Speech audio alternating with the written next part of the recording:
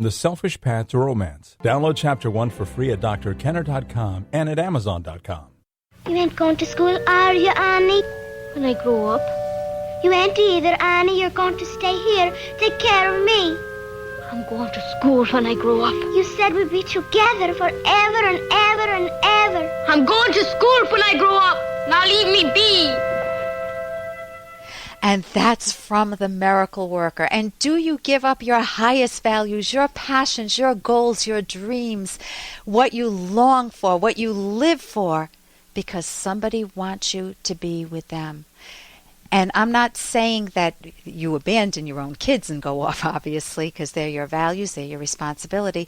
But do you give up your life too easily, or do you give it up at all? With me to talk about how not to give up your life and to fight for your values is an activist, an intellectual activist, and she is Lin Zinser, the vice president at the Ayn Rand Center for Individual Rights, which is a division of the Ayn Rand Institute, and she knows how to fight for values, how not to just bury her head under the covers and give up in life. Welcome, Lin. Great to be here, Ellen. Yeah, and what is it that keeps us from speaking out? Well, I think there are several different things, but one of the things I think is fear, fear of not being able to do well, fear of others, fear that others know more, fear that we're not as good as others, that we don't have the values, that we don't have the understanding, the knowledge, whatever that other people have. It's a part of altruism. Okay, well, altruism is typically taken as being a very good thing. It's just benevolence. It's to others, opening doors for people, and, you can open up any magazine, Good Housekeeping or something like that, and there'll be an article that say, oh, you need to be more altruistic, you need to be more giving. What's going on there? You're saying altruism is bad. Well, yes, I am saying altruism is bad. One of the things that has happened is that a lot of people don't understand what altruism really is. Altruism is not just being kind to people around you. Altruism means the duty to sacrifice to others, the duty that you should give up your life and your values for others, that others are more important than you are. And so altruism really in Latin means otherism. Altruism, translated, means otherism. You're living for others, not for yourself. But it doesn't usually underscore the not for yourself. It underscores the, oh, it's good to be kind to others. Now, the alternative to altruism is? Selfishness. But people look at selfishness and say, oh, yeah, you take advantage of other people, you run roughshod over them, you commit fraud, you manipulate. Is that what you mean by selfishness, Lynn? No. One of the problems that has come down through history is that people have been given a false alternative, that either you sacrifice to others or they sacrifice to you. And that's a false alternative. What selfishness means is... Hey, I got to interrupt this because we've got to pay some bills. 30 seconds, that's it. A very quick ad, and then Ellen will be back. Romance. Ugh, I wish guys knew more about what we want from a relationship. Boy, I wish I knew more about what I want. Where's that ad I saw? Here it is. The Selfish Path to Romance.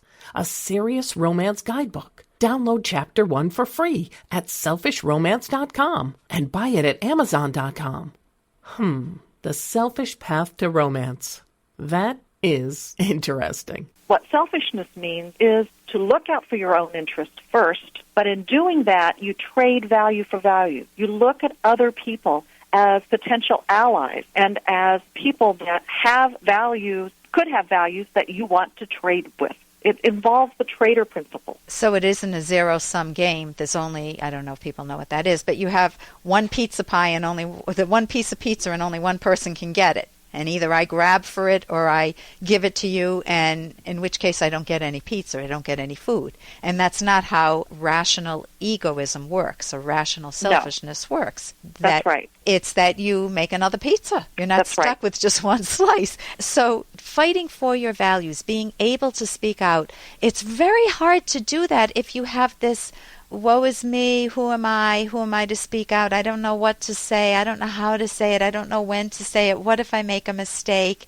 that type of an attitude about yourself not only takes an enormous toll on you, but you miss out on life. Yes, it is a very destructive. And that's what altruism is. I don't count. You count. Absolutely. Or I count, but only after you. So I can go on a family vacation and I can take care of my uncle. I can take care of uncle and aunt. I can take care of my siblings. I can take care of my parents. I can take care of everybody else. And not once do I ask myself, what would I enjoy doing today? Guess how I'm going to feel at the end of that vacation. Yeah, it actually means that everyone else counts but you. Right. And I'm going to feel like I need a vacation, but I don't want anyone to come with me because I'll have to cater to everyone. And that can be, as we know, that's extremely destructive. Yeah. So what would you, the human psyche? Right. So what would you recommend as the alternative? I know I would recommend that people look at what they want and figure out their values. And that's very crucial because a lot of people don't even know what they want. But once they figure out what their values are, what it is that they do want, that's rational, that is a positive for their life, then they take acts to accomplish that, to achieve those values. Okay, when we talk about values, people may not know what we're referring to. For me, it's exercise, it's going to Zumba classes, it's going dancing, it's enjoying my radio show. It's what are some of can we give an example, a few more examples of values that people can pursue in life that are wonderful? Sure. Going to movies. The movies that you really find, valuable for you, that resonate with you. Looking at art is another, great art. But it can also be things like spending time with your family. The family that you love, not the family that you love. Not family that pick on you and that are alcoholics that just tear you apart, any good aspects in you. You choose your family members that you like and enjoy them. Yes, absolutely. And you minimize or even eliminate from your life the family members that are destructive from you. And an altruist would have to include those and cater to those people that are cruel to them.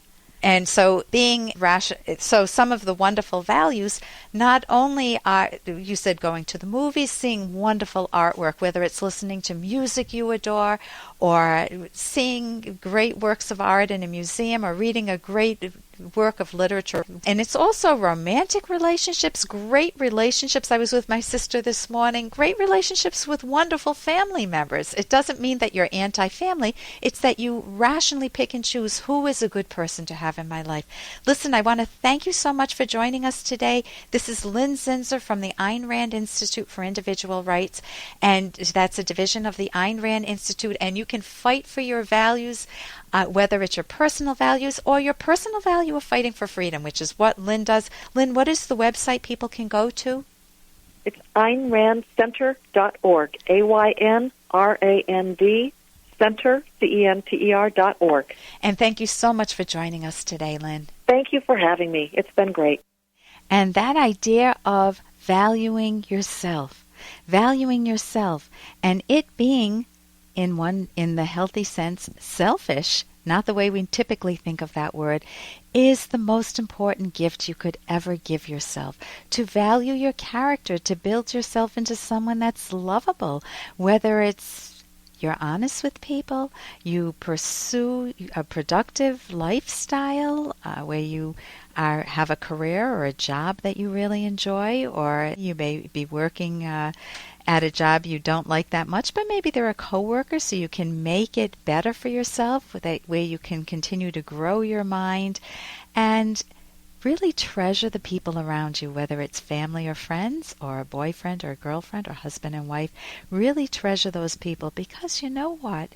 One of the pains that people suffer so much is when they don't have someone in their life, or when they have a lot of pain in a family relationship, ruptured ties with maybe a father, a mother, a sibling, and it just weighs so heavily on you.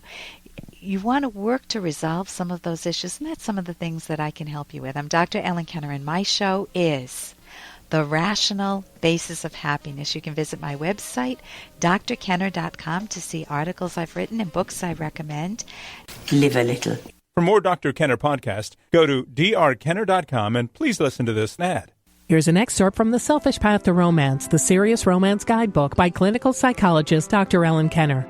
What destroys love, and how can you prevent it? Several problems can undermine love. Many people are aware of them, and yet they don't know how important they are to fix or how to fix them. Here are 6 broad categories of actions you can take, and which we elaborate on in Chapter 16 of our book. Number 1, correct bad manners and bad habits. Number 2, replace anger with positives. 3, replace repression with the ability to feel and express emotions. 4, replace white lies with the truth. 5, don't let relatives or children undermine the relationship. 6, don't let money issues undermine love. You can download Chapter 1 for free by going to drkenner.com, and you can buy the book at amazon.com.